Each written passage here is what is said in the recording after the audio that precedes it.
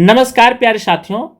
झारखंड के जितना भी युवा हैं उनके लिए बहुत ही खुशी की बात है और झारखंड के हजारीबाग के युवाओं को बहुत बहुत बधाई देता हूं कि जिस प्रकार उन्होंने सीजीएल के मामला को गर्मजोशी के साथ आए और बढ़ चढ़ करके हिस्सा लिए। पुनः मैं उनको धन्यवाद देता हूं, केवल हजारीबाग के लोगों को नहीं बल्कि बहुत सारे जिला से भी आए हुए थे। देखिए, घर में जब तक चोर आपके बैठे रहेंगे पकड़ना मुश्किल है। इसमें झारखंड के मुख्यमंत्री माननीय हेमंत सोरेन का कोई इसमें गलती नहीं है, क्योंकि ये सभी अधिकारियों को बहुत रिस्पेक्ट के साथ बात करते हैं, आदर के साथ, जिसका फायदा इन अधिकारियों ने उठा रहे हैं। इनको पता भी नहीं रहता है, लेकिन इनका जो चमचा लोग हैं वो अंदर अंदर घपला कर देते हैं। कोई भी व्यक्ति यदि मुख्यमंत्री पर आरोप लगाते हैं तो उनका ये गलत है कथन, ठीक है। तो सीजीएल में देखिए, इसी उम्र में, जिस उम्र में छात्र आप लोग आंदोलन कर रहे हैं सीजीएल को लेकर के, इसी उम्र में भगत सिंह, सुखदेव और अब्दुल ऐसे बहुत सारे पार्लियामेंट में, भारत के पार्लियामेंट में बम फेंके थे। गूंज उसका ब्रिटेन में सुनाई दिया था।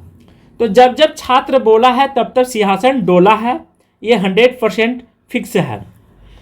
इसके लिए इस पर हम आज बात नहीं करेंगे सीजीएल को लेकर के। इसमें तर्क करेंगे कि सीजीएल का जो मुख्य आधार है कैंसिल करने का रद्द, तो निश्चित ही रद्द होगा, इसमें कोई शक नहीं है।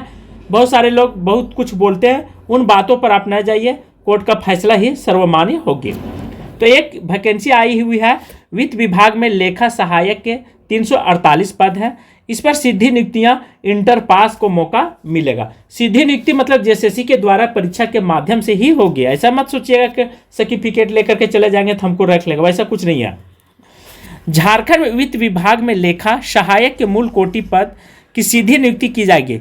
यह नियुक्तियां झारखंड कर्मचारी चयन आयोग जेएसएससी द्वारा प्रतियोगिता परीक्षा के आधार पर की जाएगी। लेखा सहायक के 384 पदों के लिए न्यूनतम योग्यता इंटर और कंप्यूटर ज्ञान आवश्यक है। हिंदी टंकन मतलब हिंदी का टाइपिंग 25 शब्द प्रति मिनट और अंग्रेजी टंकन 30 शब्द प्रति मिनट आवश्यक है। अशुद्धियाँ अधिकतम 2% तक मान्य होगा। नियुक्तियाँ की न्यूनतम उम्र 18 वर्ष रखी गई है, आप इसे नोट कर लेंगे। उम्र सीमा की गणना अधियाचना वर्ष की 1 अगस्त होगी। राज्यपाल संतोष कुमार गंगवार और लेखा सेवा भर्ती प्रोन्नति अन्य सेवा शर्तें नियमावली का मंजूरी दे दी है। राज्यपाल की मंजूरी के बाद वित्त विभाग ने इसका गजट प्रकाशन भी कर दिया है। इसके अनुसार वित्त विभाग के वरीय लेखा सहायक तथा लेखा अधीक्षक के पद प्रोन्नति से भरे जाएंगे। वरीय लेखा सहायक का कार्यबल 217, लेखा अधीक्षक का कार्यबल 70 होगा।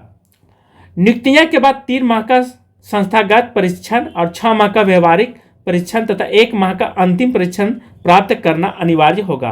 प्रोन्नति के लिए विभागीय समिति गठन की जा रही है। यह जो है राज्यपाल की तरफ से निखर करके आई हुई है। राज्यपाल की मंजूरी के बाद वित्त विभाग को यह गजट भेज दिया गया। तो आप सब जितने भी युवा हैं ध्यान रखेंगे। और दूसरे एक और मुद्दा है, जो बिहार में आंदोलन चल रहे हैं, तो उसे झारखंड के युवाओं को भी सीखने की जरूरत है कि वहाँ के लोग किस तरह से डटे हुए बीपीएससी के छात्र। देखिए, बीपीएससी के जितने भी छात्र हैं इनका एक कमी पाई गई है। देख लीजिए किस तरह से यहाँ पुलिसकर्मी लोग बीपीएससी को मार रहे हैं, स्टूडेंट को, जबकि कल ये सब क्या बनेंगे, अधिकारी। ये सब जितने भी पुलिस अधिकारी हैं ये भी कल इसी प्रकार के स्टूडेंट थे, लेकिन अपनी दर्द भूल करके ये सब इस तरह की लाठीचार्ज कर रहे हैं। ये बहुत बड़ी गलती है। बीपीएससी में धांधली तो हुई है, 17वें बीपीएससी में, इसमें कोई शक नहीं है। ऐसा नहीं है कि सब स्टूडेंट मूर्ख है, सब स्टूडेंट पागल है और वहाँ मार खाने के लिए जा रहे हैं। तो मांग क्या है उस पर बात करेंगे। 6 दिसंबर को, जिसमें खान सर और बहुत सारे शिक्षकों ने वहाँ पे जाकर के भाग लिए थे, पर क्या है कि नॉर्मलाइजेशन का विरोध करते हुए प्रदर्शन, कोचिंग संचालन भी सड़क पर उतर गए। पुलिस का लाठीचार्ज। आयोग ने कहा नॉर्मलाइजेशन लागू नहीं हो रहा है, ये अफवाह फैलाई जा रही है। इसी प्रकार झारखंड में भी नॉर्मलाइजेशन किया जा रहा है और नॉर्मलाइजेशन करने के चलते पीजीटी का जो एग्जाम हुआ है वो सरासर एकदम गलत तरीके से हुआ। आज भी यदि कोर्ट संज्ञान ले या कोई भी वित्तीय विभाग संज्ञान ले पीजीटी का, तो मैं गारंटी लेता हूं कि 90% टीचर जो है से बाहर चले जाएंगे, इसमें कोई शक नहीं है। किसी को मिर्ची भी लगती होगी मेरी आवाज़ से, तो चिंता मत कीजिए कि इसका क्या होगा, आपको कुछ नहीं होगा, ये सरकार का गलती है। तो देखिए इसमें दलाल लोग जो थे कंप्यूटर को हैक कर लिया था, जिसके कारण इन लोगों के पैसा से डीलिंग हुआ है।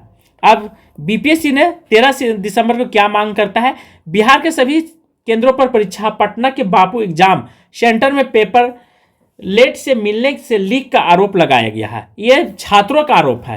कब? 13 दिसंबर को। वहां पे बीपीएससी का लगभग 2000 वैकेंसियां ली गई थी, 2000 पर एग्जाम हुई थी, ठीक है, पीटी का। लेकिन क्या है कि सरकार का कहना है कि यह जो है एग्जाम कभी भी रद्द नहीं कर सकते।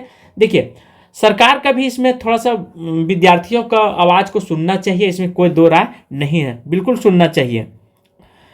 15 दिसंबर को क्या राय आता है कि बापू एग्जाम सेंटर में हुए हंगामे को जिला प्रशासन ने आयोग को रिपोर्ट सौंपी है। 16 दिसंबर को बापू एग्जाम सेंटर की परीक्षा को रद्द करने के लिए छात्रों का भीड़ उमड़ पड़ी।